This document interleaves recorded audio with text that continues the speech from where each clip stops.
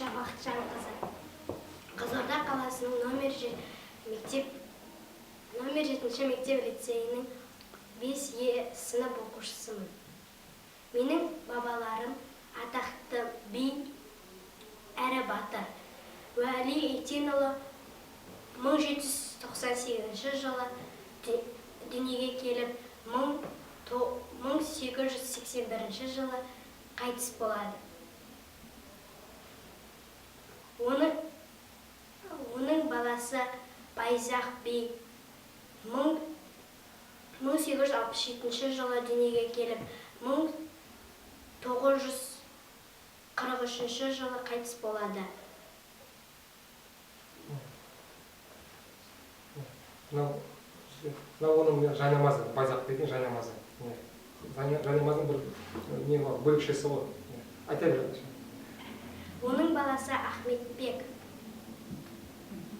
1904 жылы дүниеге келіп, 1973 жылы қайтыс болады.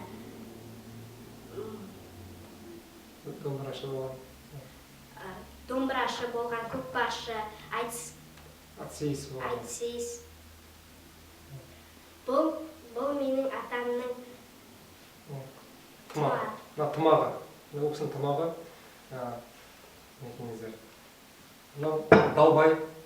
Далбайы. Бұрынғы қармақшының ақсақалдары көбісі далбай киген. Негізі сыр өңірі бәрі киген ғой далбайды. Мына айтайшы. Мына қамшысы. Бұл кісінің қамшысы ғой. Мына кісі хан қайшысы. Айта береші. Сосын жаңа айтайын деген негізі қызымды толтырып жейін. Уәл деген би шанда атақты Кенесары қозғалысына қатысқан. Бұл кісілер негізі Батыс Қазақстан облысынан келген. Мысалы білеміз, Кенесарының ағасы болған Саржан Сұлтан көтерілісіне қатысқан. Сол Батыс облысынан келіп, Ырғызға келген. Ырғыздан келгеннен бар Кенесарыға қосылады бар деген. 1841 жылы Созақ, Сауран, Шыңқорған, Қосоран мысалы қорғандарын алуға бұл кісі барады әскерімен. 6 әскер, 12 батыр болған Жанқожамен бірге. Бұндай даныларды мәліметті мен архивтен алдым. Сосын жаңа Байзақ биде ол кісінің белді балалардың бірі, мысалы Уәлибектің 7 тоғай болған. Бір тоғайы осы Байзақ тоғай аталып Қармақшыда. Ахмедбек деген кісіні айтып жатыр атамыз, бұл кісі Қармақшыда Калинин деген колхоз болған. Сол кісіні құрған кісі Калинин колхозын.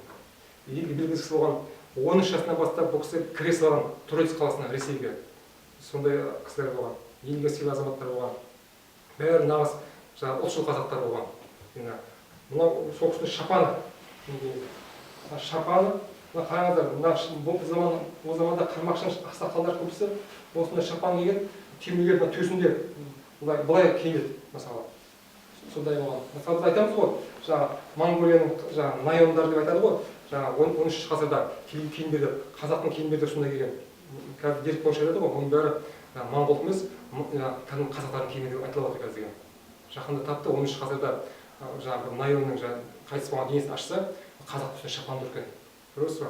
Сол айтады ғой, моңғольский найон деп, национальная одежда, моңғол деп, бірақ қарасам, қазақ киімдер болып шығып отыр. Көресіз ба? Сол, енді айта берейінші. Енді Айшаның ойы ғой, осы заттар музей орны лайықты ма Айша, мысалы, музейге беруге? Лайықты ғой, мысалы, көне заттар, мысалы, бұл кісінің Құранда бар еді, 200 жыл болған Құран бар, көне Құрандар. Халыққа белгілі кісілер осы сақтап бердіңіз. 1881 жылы қайтыс болды, содан бері заттар келе жатыр. 1943 қайтыс болды, Байзақ би, заты әлі келе жатыр. Мына далбайларда, бұл кісінің қайтыс болғанда 47 жыл болды, біз сақтап бердіңіз үйде. Бұны сақтау да оңай емес қазір заманда. Апта сайын далаға шығарып тұрамыз. Сол осындай дүниелер біздің көрсетіп алып келдік, біздің Қызылорда облыстық өлкетану музейіне. Рахмет. Қай рудан шыққан? Бұл кісілер 12 ата байұлы алтын руынан шыққан, ішіндегі Айдалтын деген ру бар. Алтын тайпасынан. Қармақшы өңірінен бәрі бұл кісілер белгілі кісілер болған. Қармақшыда бәрі біледі, Байзақ тоғайды. Уәл деген құтығы болған. Уәлі жайлауы бар. Бұл дүниелер біздің үйде сақтаулы. Әкем осылар туралы бізге айтады. Болашақта музейге беруге беруге ойымыз Бар. бар. Экспонат.